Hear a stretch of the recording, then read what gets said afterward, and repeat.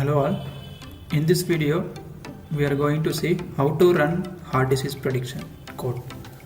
So I already have a code in my document folder on heart disease. Here we have a code, the code with heart disease IPYNB file and then with GUI part also. Okay.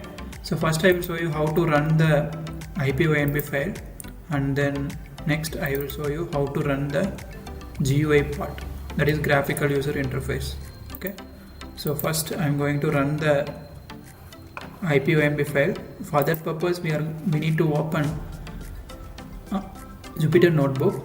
So click launch button after opening your Anaconda Navigator and select your Jupyter Notebook, and then it will be open in your default web browser. Here you need to move it to the particular path where you pasted your code. So here we have a analyzing part. So if you are opening this part, you will be have a analyzing of all the things with this dataset.csv file. Here you can see. So first we are importing the dataset. After reading the dataset, just checking whether it's readed or not. Then these are the attributes we are using. Then just checking the length and information of the each and every attribute column. Then display function to checking the statistical view, and then shape to check the rows and columns. Next one, EDA exploratory data analysis part. Here we are going to check whether the dataset in the balanced manner or imbalanced manner, and then just checking for categories of gender, and then here plotting for age, and here plotting for comparison between target and cholesterol value, and then here we are having another one graph, and then here we are having histogram graph, and then here density plot, and then here we have a correlation plot, and then here we are going to divide our dataset train and test splitting. Here this is the heat map, generally they will call it as a heat map. So here we are checking both target and both attributes, each and every attributes with the comparing with score. Then we are going to divide our dataset into two parts, train and test splitting. Here we are dividing our data and label column separately, and then just checking. After this, dividing our dataset into train and test, then we are importing a model 1 Navy Bayes, and then for Navy Bayes we are getting an accuracy score 85%, and we are seeing the confusion matrix of Navy Bayes, and then random forest algorithm. For random forest algorithm we are getting 83% accuracy score, and this is the confusion matrix for random forest. And model 3 decision tree. So for decision tree we are getting 77%, and we are getting confusion matrix, and finally SVM. So we are comparing these all four model, and then finally we are getting a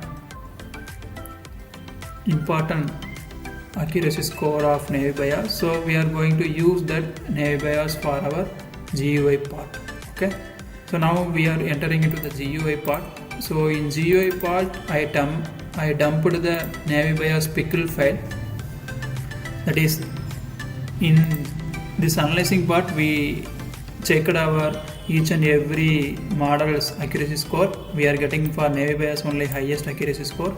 So using that Navy Bayes model, we dumped as a one hard copy of Navy Bayes, that is .pkl file. Generally it's a serialization process of our trained model. Okay, using this model only we are preparing to a GUI part. So here we have an index file, and index file is nothing but HTML file and CSS file, and here we are having a main file, that is app.py. You have to run this file.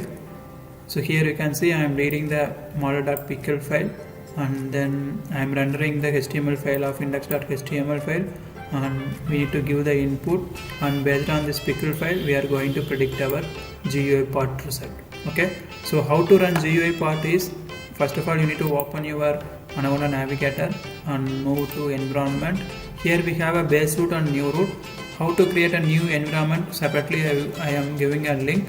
You just watch that video and create your new environment. So here open terminal, and then first of all you need to change your file directory. Just to copy the path, open your terminal, cd space, paste it. Then after this you have to run the python app.py file.